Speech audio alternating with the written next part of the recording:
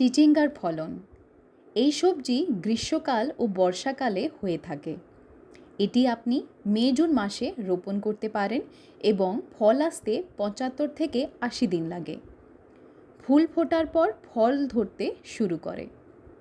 আমাদের বাগানে এগুলো একটু দ্রুত বেড়ে উঠেছিল, কারণ বর্ষাকাল অনেক দিন ধরে ছিল। আমার বাবা গত বছরের চিচিঙ্গা থেকে বিচি সংগ্রহ করে রেখেছিলেন। আমরা বাঙালিরা এটি নানা রকমভাবে রান্না করে খাই। ভাজা খেতে খুবই মজাদার, আর চচ্চড়িতেও এটি বেশ ভালো লাগে। যে কোনো সবজির প্রথম ফলনের স্বাদ একদম আলাদা আর ভীষণ সুস্বাদু হয়। দেখুন চিচিঙ্গাগুলো কত সুন্দর হয়েছে। ছোট্ট ছাদের বাগানে চারপাশের সবুজে ঘেরা লতায় ঝুলন্ত চিচিঙ্গাগুলো দেখতে অসাধারণ লাগছে।